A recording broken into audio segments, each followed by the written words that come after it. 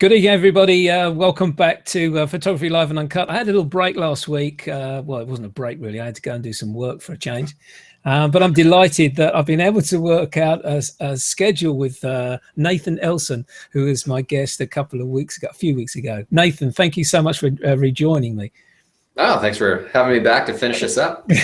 Exactly. We went through so much trouble, didn't we, last time with the constant cuts in calls. It was painful to watch it afterwards. And what I didn't know was when I watched the video, I didn't know that I was still live in the feed. Yeah, exactly. Yeah. Sitting there. So, I mean, I could have done something awful, but I mean, it came out okay. That has happened before. I've lost contact with people. I'm not going to say, he's gone. What do I do? What do I say? It's quite. I didn't know I was still on the feed. I just sat there staring at the screen. Wait for me to come back. Yeah. So anyway, yeah. As I go, thanks so much for rejoining me, and you've been busy as well with some work. Let's start off straight away there. What have you been up to in the last what is it? About 4 weeks, 5 weeks? Yeah. We had a gallery show at the studio. Right. It's a show called Muse, huge night out, shoulder to shoulder type thing. So we did some work with that. Had a couple of corporate projects on the go, some stuff for Red Hat, which is a Linux-based system and stuff like that. I don't know, just kind of bits here and there. The constant grind, keeping yourself busy. Yep. Exactly. And we're now about to enjoy 4 days. Well, we got 4 days in the UK for Easter break. How many days have you got for the break yourself? Yeah, we're taking 4 days off. That's lovely. We're going to leave shortly after this and then come back on Monday. So yeah, take like 4 days. And you just told me offline just before that a friend of yours is getting into Fuji, and you very kindly lent your X Pro 2. I did. And a few lenses. You must be mad. You know, it's share the wealth, right? Exactly. I'm trusting you've got a camera to use over the weekend anyway. Oh yeah. I've got more cameras than a man needs. So that's right. Okay, that's super. Just one question, because I want to go to screen share. Just something that's occurred to me because I've just come back from the photography show in Birmingham, where obviously tempted to go to the Fuji stand and have a chat with the guys there. Superb equipment, great agents and representatives on the Fuji stand. I must congratulate them for that. Hopefully they'll be watching this show. One little camera I picked up, X70. I just wanted to ask you, what were your thoughts on it? Is it a camera for you? No, I don't know. I held, the most I've ever really done is held it. Right. I really haven't had a chance to try shooting it or anything like that. I don't know. I don't really like super small cameras. I don't know. I understand the purpose of it. You know, it's kind of just like this small little walk around. But I don't know, I've never really had any interest in it. I would rather carry around my X Pro 2 and have something that, you know, feels good in my hands versus something that I can put in my pocket, I guess, that kind of thing. It's just, I don't know, the smaller size doesn't really appeal to me personally. It's interesting you say that, because that's the first thing that I thought. It was small in the hand, definitely. Yeah. I'm not a great lover of back screen shooting. I prefer to have a viewfinder. That as well. Especially on bright, sunny days. I do appreciate you got the screen, the moving screen, for whatever description they want to call it. But no, I would agree with you. Viewfinder is, to me, is essential to have. Yeah, I don't ever shoot off the back of a camera either. Yeah, I'm always to my face. So okay, that's great. Thanks for your little input on that small camera, which I spotted. Let's go to screen share. Let's have a look at your work. We didn't have a chance to do this last time, Nathan, because we I don't know, the link was just playing us up so much. You should be seeing that now. Can you see that? That's great. Yeah, absolutely. That is first of all, what I want to do is this series of, it's called Series on your website. I really want to talk about this because I just love the contrast work on the images that you've created here. What I want to do, this particular one right at the start, really sort of sets the whole series off for me. So what I'd like to do is go through this series, as I always do, and just make comments as we go along with regards to the images. What was the series all about? How did it come about? Well, I was just looking for something that I could do, you know, as a continuation project, something that really didn't have an end date, but had a certain aesthetic to it, something that would be easy to kind of remain consistent with. And I also wanted it to be something that didn't require a lot of setup, you know, I could do pretty much anywhere, and which I have done with this series. I've done it in people's living rooms, I've done it in the studio, I've done it in like a parking garage, all over the place. And I don't know, I wanted portraits. I knew I wanted to do black and white, and I knew I wanted it to have a lot of texture, hence, you know, calling it the texture series and the textured background. Yeah. But with the lighting, again, like a lot of my work is very shadow detailed and stuff like that. And with this, again, I wanted the setup to be very simple. It's usually one light, sometimes two lights if I need a fill. But yeah, I don't know, I wanted something that just kind of had some punch to it, but I didn't want styling. I didn't want hair and makeup. I wanted it to be somewhat of an honest portrait. I mean, obviously there's still some of that aesthetic that goes into it in order to make it an interesting portrait. But, you know, everybody shows up in their own clothes. I usually have them for about 20 minutes. And yeah, I just, you know, something that I started, and I love doing it when I started it, and just I've kept going since. So. You kept going since. So just let's see the next image. This one here. This to me looks. I'm not a great lighting person, so if you could talk me through the lighting, it would be really great. I'm assuming it's a side light from our right, the model's left. Yeah. Have you got some? Yeah, and it's 147. Yeah, it's a 47-inch octabox that's just kind of, it's in really close and kind of ahead of the model, so that or the subject, so that it's just feathering across. Yeah. And then I had one light, another 36-inch octabox, a little bit further, pumping just a tiny bit of light into the cheekbones and stuff like that, just so that it doesn't fall into black. But yeah, it's, you know, from a lighting perspective, it's really not really involved. It's one, right, yeah, sometimes two lights. It's just in the placement. Have you got anything behind the model here? Just the backdrop. Just the backdrop. Yeah, I just wondered this. And then what you're seeing is a little bit of light fall off, and then of course in post, you know, I rope it in like there's a little vignette in post that happens, but most of it's just a little bit of light that's hitting the back. Editing wise, these images were done in what? I'm assuming Lightroom, just pure Lightroom, no Nik software or any of that nature. No, just Lightroom. Yeah. This one is obviously to the light from the opposite side, obviously, because her hair is. Yeah, and you know, I play with that. I don't want it to be the exact same setup for every photo, so I kind of play to, you know, she's got the tattoo running up her arm and stuff like that. So I obviously move the light to enhance that kind of thing. And where did you find these models from? Were they sort of did they reply to an advertisement, or did you know these people? Well, no, it's a little mix of both. Like the first one, the guy with the beard, that's Simon, and I actually just came across a photo of him that was tagged from another person that I know, and I just sent him a message and I said, listen, like, you've got a great look, I would love to photograph you. And that was when he had the really short beard and everything like that, but his neck is all tattooed and everything. So he was the very first person that I ever shot the texture series with. Yeah. And then like a year ago, I called him up, and because he had the big beard, and we contact and stay in touch, and I just said, listen, like, your look is substantially different now, and it would really work for the series still, you know, can we do another shoot type thing? So that's when we came up with this.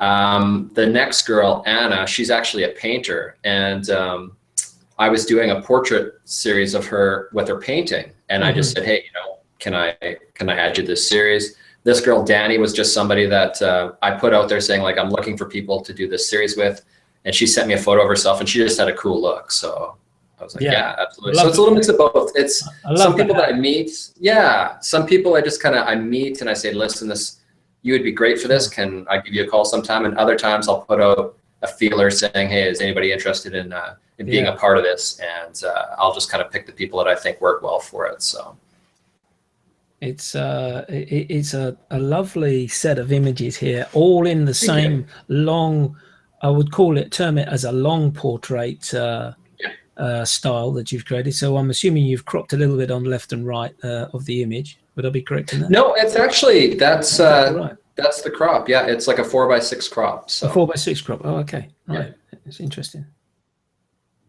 I just love the light that you get on the hair here, and the first one at the beginning with the fellow with the big beard was, if I can go back to it, which really. It shows up lighter here, but when you click on it, it goes to the darker, is the fact that it's probably my screen in actual fact, but I love this watch here, the bracelet watch that you catch. Yeah, like when you roll over the images, they go a little bit lighter, don't they? Yeah. Now, actually, that's interesting. How actually would this be displayed as we see this, or as we see it when it's like when we roll over? How is the first one? Yeah, I've got these images printed in a gallery right now, and that one is one of them. And but we had to print it with what's called K7, which is 7 different shades of black. I'm with you. Because when we tried the K3, which is normal, which is 3 shades of black, you lost all of the detail from his stomach down. It just faded into black. So when we printed on the K7, you can see all the wrinkles in his shirt all the way down and stuff like that. So there's more detail than you see on the screen, but it's still that's at that right. very So really, dark as feel, I scroll, as I roll the handle over the image, that's pretty close to what, in actual fact, the printed final version is. Yeah. Yeah, but without the loss of contrast, so you'd still see all the detail, but still with the dark contrast. Yeah, I see what you're talking about there. Because right. Okay, let's go forward again then to the next lady. This one here. That's my wife. Oh, that's your wife. Well, I was just going to say she looks a good model. love the earrings. I love the earrings. Yeah. I don't know. I just, again, I photographed her and I photographed my son. I haven't put my daughter in it yet. No. But I asked her if, I could, this again was closer to the beginning of the series. And I just said, hey, I want to try some stuff out. And she popped in there for me. That's lovely. I just love the style of them, and as I say, the contrast in the image and the way you've captured the light off the on the face there, especially. That's my grandmother. She hates that portrait. I was just going to say, she hates it so much. Oh no, she shouldn't. It's lovely. I know, but she just looks at it and she says, I look like I've been drinking my whole life. It's like, not true. But, I think sometimes a lot of our older brethren do have a tendency to think that way. Oh no, don't take my image. No, I've seen my best days, or whatever it was they want to do. But no, that's that's a lovely image. I love that one. And just moving through these now to. Just again, you just caught the edge of this model's face, the front of her face here, and obviously the breast there. It's a nice capture. That's lovely. So I won't go through the whole set, and it's for those that are watching. Obviously, they can click on nathanelson.com/series, and you'll see these great images. I love this one here. This is dynamite. I love it. Leather jacket. Look at that. And just little hints of light. Exactly right. Super. So let's click on recent work. Let's have a good look at your recent work that you've done here. And now, am I right in assuming, I'm probably wrong, are we moving into a different area of work here, Nathan, or is this something which this is just like the first portrait here, the black and white one. That's Allie.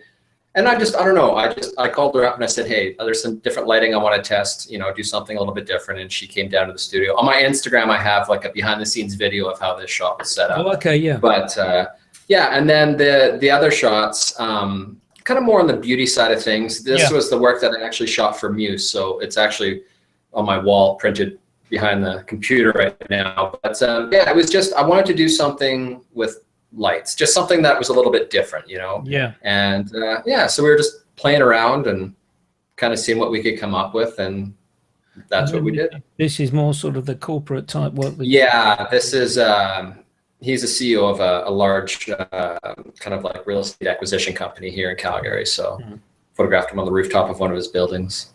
And this type of work here would be either go into their brochures or would be used as this is mostly annual report work and that's what I meant, media kits and stuff like that.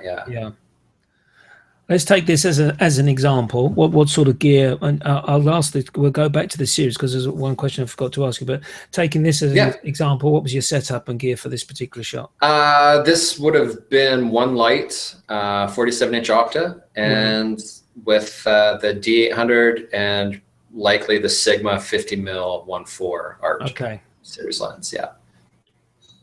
Do you tend to use the Nikon more for your commercial work than the Fujis, or is it just as it Yeah, suits you at the it's time? a lot of that too. Like with when the X Pro 2 came out and it's got the 24 megapixels now, Yeah. and it's got, it's got better focusing points and everything like that. So I've used it for a couple of corporate jobs and stuff recently, but it doesn't tether. Yeah. And Oh, I yes. shoot a lot of my commercial work tethered. And I had a conversation with Fuji yesterday, and they said it's very likely not going to tether. Right, So that sucks. Yeah, but yeah, so it is what it is. But yeah, and this was again the 50 mil Sigma 50 mil 1.4. Or that lens, is amazing. I shoot that lens constantly. When you say it doesn't tether, I think we may have had this conversation before. But when you say it doesn't tether, obviously that's you looking at the image on a laptop. But surely, is there a way of using the Wi-Fi connection of the X Pro 2 to maybe an iPad? There is, but the problem is the Wi-Fi connections, they are sort of slow, and I don't know. They just, when it comes in on the laptop, especially if you need to view a certain crop for, like I was just shooting for a magazine, and they need to see how it comes in cropped so that they can see how it fits in on their for their layouts and stuff like that. So you can set that and then shoot to that, and then also if you want to see any adjustments, anything like that on the fly, it comes into Lightroom and you can do a quick adjustment just to show kind of like what the final is going to look like. You can't do any of that when it's shooting to an iPad. So I don't know. It looks like I wish it could go Lightroom. It's not going to work out for you on that front. If that's the conversation you've had recently, that's a great shame. So these images here, they're taken with the Nikon cameras with the Sigma lenses, and that's what size is the megapixels on that? Is that a 35? 36. 36 megapixels. 36. So what sort of size print could you get from these images which we're showing now? For instance, this guy in his workshop. Oh, I don't know, huge. Like, I don't know. I typically print a lot of stuff, 30 by 40, 16 by 24, things like without any issues. Like you could. I've seen my work on billboards, so I was just going to ask you, do you have your work put on billboards and poster print, so to speak, of that nature? Yeah, that's interesting because I saw, in actual fact, much to my amazement at the photography show, taken with an XT1 using the 1024, a print 3 meters by 2 meters. I just couldn't believe it, and I went up to it at an unsuitable range to look at, and there was no grain at all. There was no noise. It was truly amazing. So these are all basically your corporate type work, which, as you say, will either go into annual reports or maybe into a brochure advertising the company. And this was advertising work. And then this was for Fuji. Okay. How actually have you gone about finding that work? Is it just basically knocking on doors, making the phone call, or?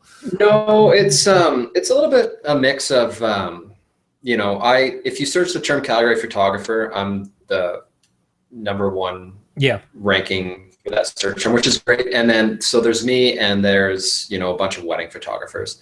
So when people are looking for the corporate commercial work, there's me, plus a lot of it, when they find my site, they tend to stay there, and so Google recognizes that as that's what they're looking for when they search that term. And so I get a lot of kind of work that way when people are just searching out random. I also get a lot of work through ad agencies and stuff like that. A lot of Calgary, for being a big city, is still a very small town, and so I established a lot of relationships with the design departments and stuff like that with a lot of big companies, and as they need work, or if they switch to another company and stuff like that, they just kind of keep me in rotation type thing. So and this is all Fuji stuff that we're looking at now, I think. So it's a pretty decent portfolio of work. You can't look at. I just love this image. I spotted this before when we are going to do the part 1 of our show here. That spotted this before. I love the way the light coming through her through her hat, through the mesh of her hat, on making those speckles on her face. It's very we've planned a whole shoot to go around just light and shadow. And when I was talking to her, she's like, I've got a hat that would be perfect. And this is what we got out of it. So to me, she's got a little bit of a Sophia Loren type look. Yeah. Well, this is Paris, and she scatters through my portfolio a little bit here and there. She's just, I don't know. She's great to photograph, great to work with. Yeah, she's beautiful. Good photographer, good model. Let's just switch to industrial. Just have a quick look at industrial, see what you got to show there. I'm having to do this because there are some images which I think Nathan has updated. Now, this in actual fact is something which I didn't realize about Calgary until I was talking to a good friend of mine out there, Mark Rierson. I didn't realize, although you say it's a small town, big city type attitude to Calgary, how much you're involved with the oil and gas industry out in Calgary is a very big oil town. Yeah. All of the major players have their head offices here, so it's so this is quite all the buildings downtown have an oil and gas label on the side of them. Okay. So these images are quite indicative, really, of Calgary. Yes. Oh, yeah, very much. Yeah. A lot of the industry around Calgary is oil and gas related. And obviously, chemical industries spin. But this is another company that actually, these guys, they do called Clean Oil. And so what they do is they go around to turbines and stuff like that, and they clean the oil before the oil is actually used in the system. Okay. And so I spent 3 days with these guys kind of on site and in their labs and stuff like that, doing a bunch of shots of them working. In a nice, bright, clean lab. Someone working in the shops there. Yeah, this is Co-op. This is a major food and gas chain in Canada here. So it's lovely. Great set of work. I'm going to come out of the screen share. Thanks very much for commentating through those images. Great portfolio. Yeah, no worries. Nathan, great portfolio of work. Just before the show, we were talking about Fuji, the good and the bad, what you like and what you dislike. And I remember from the previous show, you mentioned about one particular lens that Fuji brought out and you weren't that keen on it. Yes. But you corrected me before saying it was the 56-1.2, but the one that you weren't sure about was the APD version. If you don't mind just talking through, what was the reason for you not getting on as well with the APD version as regards to the other? I'm not sure what the strengths of the APD are. I've heard people say, if you're shooting macro work or something like that, I don't know. There's apparently uses for APD that's I'm not aware of because I don't shoot in those ways. Mm-hmm. And the lens, due to it having that, it actually loses a stop of light as well. So the lens isn't as accepting as much light as the regular APD version is. Okay. So when if you're shooting low light or anything like that, you have to be higher up in ISO and that kind of thing. So I don't know, it just didn't make any sense to me. It was a much more expensive lens for benefits that I couldn't see. When I tested it in a portrait way, there was a tiny bit of a contrast difference, but nothing that wasn't correctable in Lightroom, so it just didn't make any sense to me. It didn't fit your style, which and actually probably some guys are watching us are thinking, you mustn't say bad things about a camera firmware or the lens, but this is in actual fact, as I said to you before the show, and I've had conversations with Fuji UK. They love to hear the good, the bad, and the ugly about equipment. Yeah. They're not frightened to hear about it. Yeah, and when I shot the series that I did with that lens for Fuji, a lot of people were like, "Well, you should have given this lens to somebody who understands how to use it." Granted, fine, but I used it. They asked me to shoot it in the way that I shoot, so for somebody who shoots portrait work like I do, the lens didn't make sense. Yeah. But I'm sure there's people out there that it does. It just, if you're a portrait guy, you're probably not going to get anything out of it. There's no point in getting reviews of 100%. Yeah, this thing is absolutely superb. You want, from a manufacturer's point of view and a company that's produced, you want to hear what people don't like so that you can improve on those things down the line. I agree. And from your aspect, giving you that type of lens, which doesn't fit your style of work, I'm sure would have loved to hear the comments that you made on the back of it. Has there been anything else basically from I'm talking Fuji in particular here? Anything else from Fuji which hasn't fitted your bill? It's the same. Like I tried shooting with the XT10. Again, it was just too small for me. I prefer the larger style bodies. Yeah. the X Pro series is really the only camera from Fuji that I've locked onto and been like, this is for me. I tried the XT1. I didn't really like the small SLR feel. I prefer the rangefinder style. So I don't know. It's just, I've tried different things with him, and I just more or less said, you know, the X Pro is really the only camera I'm interested in. Yeah. And you know, that's kind of whenever something, they know that about me now. And so whenever something's coming down the line that is X Pro related, they usually call me up and say, hey, you know, this is what's going on. What do you think, type thing? Because that's kind of where my interest lies. So exactly. And again, it's your style of photography and how you like to work. Although obviously working with the Nikon cameras, obviously that is a DSLR, but it is bigger in the hand than the XT1 and even the XT10, which is the one that I have. And I must be honest with you, as I said before, I looked at the X Pro 2. It is a beautiful camera, but I had to put it down straight away because I couldn't tempt myself. I'll be looking to do some kind of a trade-off. I couldn't afford that, but it is a beautiful camera. It's nice. It feels good. It does, and it really is. In terms of the rangefinder cameras, obviously it does appeal to the street photographers in particular, for the OVF and the EVF option of that particular viewfinder, which reading and listening to other reviews, it sounds a pretty awesome bit of kit. It's pretty. It's and what in actual fact, again, which we mentioned before, they've recognized some bugs and they've immediately released firmwares to correct those bugs. There's been no delay on that.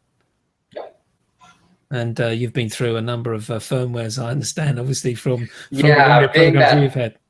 Yeah, I've been working with this camera since it was, you know, well into pre-production mode. So it's the camera that is functioning now is substantially different than the camera that I started with, type thing. So it's Fuji's always been good that way, though. They're the firmware kings, right? They keep everything up to date. It happened when I was at the show, because I was talking to a guy and someone went up and said, "Oh, can you tell me how to do the firmware upgrades, please? I'm not quite sure." And he said, "Well, just stay there. I'll get an engineer to do it for you now." This is at the show.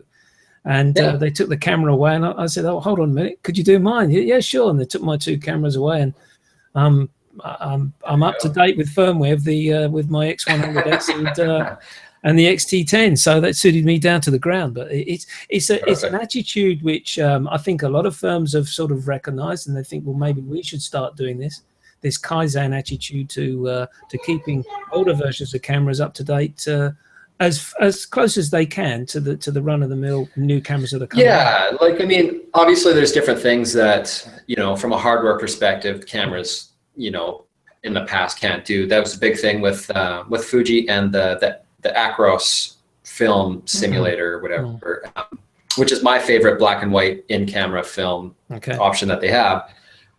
But they can't release it to older cameras because it has something to do with the 24 megapixel sensor that makes it possible to do that, where the other cameras can't. So, I mean, when it comes to limitations like that, there's only so much you can do. But as far as everything else, you know, they've been really good at kind of making sure anything that they can improve by a firmware update, that they do improve. So. The same thing happened with me when I got the X100S. Obviously, when the T came out, they had the chrome filter available in the T, which came out with the XT1 as well.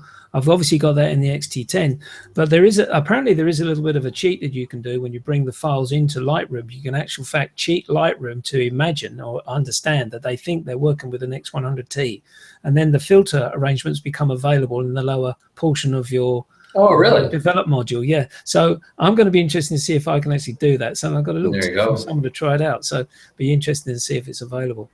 Yeah, it's there's little tricks and gimmicks around everything, right? Tricks and gimmicks are available. It's actually great, isn't it? When you got the time to do it. Exactly right.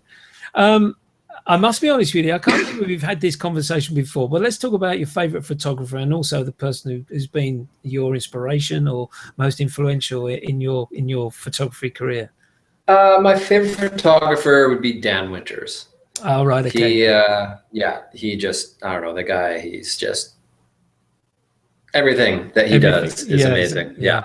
So he's just, and I don't know, from an inspiration perspective, I don't know, it's kind of, depending on how you take the idea of inspiration, I don't know, it can be kind of cheesy, but like my family as a whole, I mean, they are my biggest supporters, my biggest fans, everything. And they're the fire under my ass to make sure that, you know, I'm keeping all of us under a nice roof and fed and clothed and everything like that. So you're not the first. You're not the first. Sorry to interrupt you. You're not the first photographer to say that. In actual fact, yeah, we've got obviously our families to pick up your photograph and say, yeah, that's great, that's great, that's great. And you think, well, I want to have a little bit more critique on that, so you go somewhere else. But sometimes a member of your family does make a comment, and it's I assume specifically when you're a professional, and you get down in the dumps a little bit, and then you get that little bit of encouragement. Come on, pick up the camera and just go and do something different for a change. It gives you that little kick up the backside, doesn't it?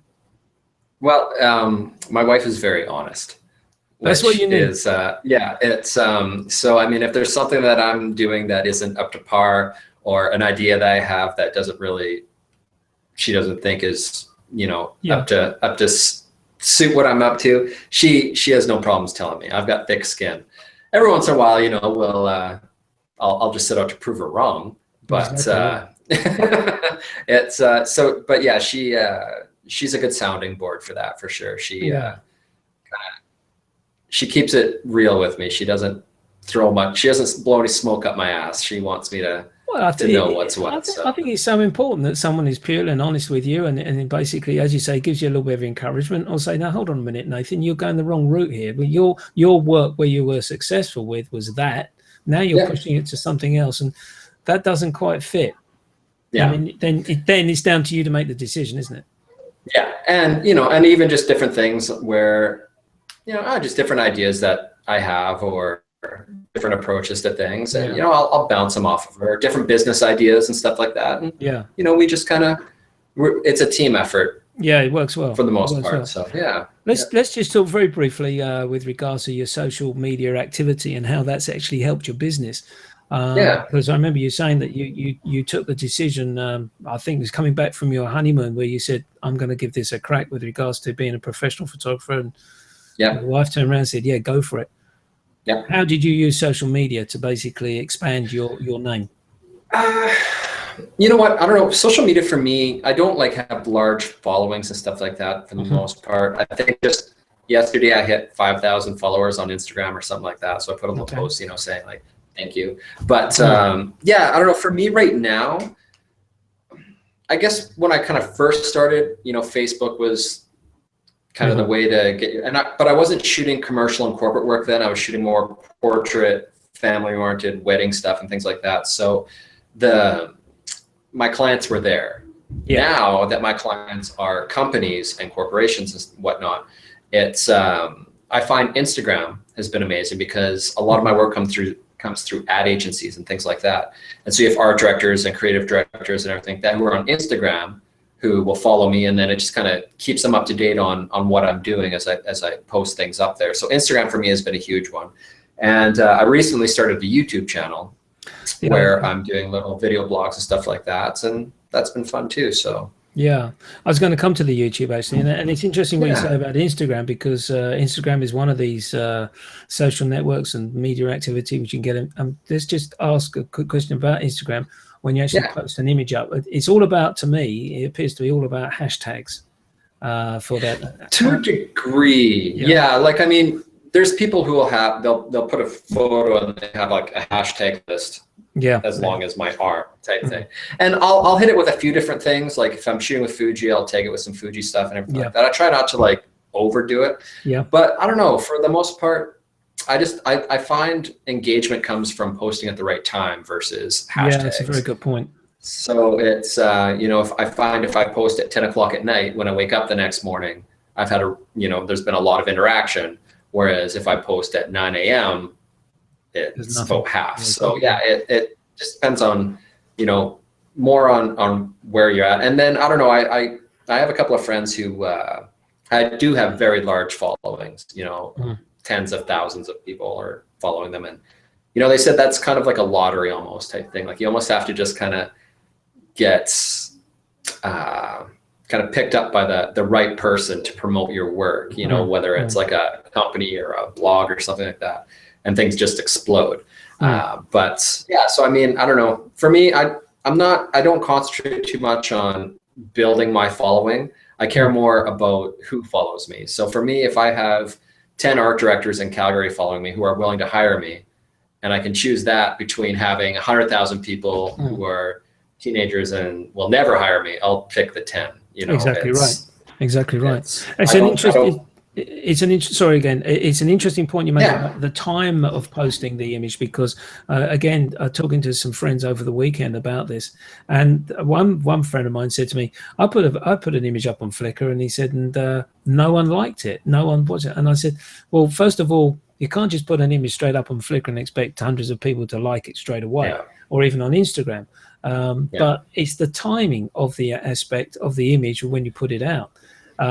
One guy said to me, the great time to post it in the UK is basically so it comes up around about coffee time, around about 10:30, 11 o'clock, where people will be on the internet, just sipping away at coffee, thinking about what they're going to be doing, looking at images. And again, as you said, late after work, when they've got home and the television's on, they've got a glass of wine, maybe, or a cup of coffee, and of course they're playing with the iPhone and immediately go to Instagram. So timing of actually posting the image is probably as important, if not more important, than the hashtagging.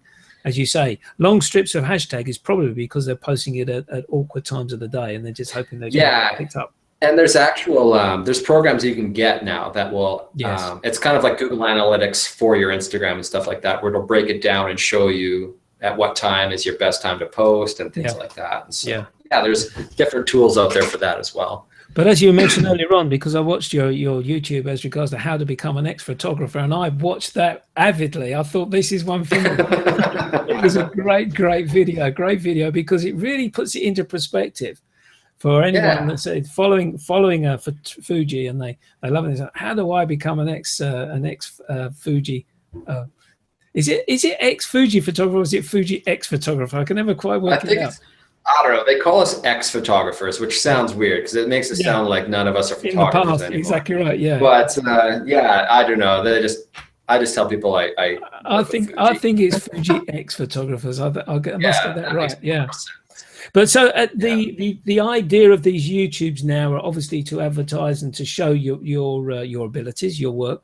But with regards to this particular video, you had some inquiry from some friends to say, how do I become an ex-photographer? And you put this video. I get that email a lot, and it's just like, how can you put me in contact with people, or how do I do this and stuff like that. So I just figured, you know what, if I can just make something where I can just say, like, here, check this out, and it answers everything, it's just done. But also for me, I've never shot video before. So I actually just, this week I picked up the Panasonic G7 so I can shoot 4K, and bought a bunch of accessories for that. So the video quality will improve substantially. But yeah, it's a mix of, the vlog is, A, it's promotional, and B, it's teaching me how to shoot and edit video as well. So it's fun.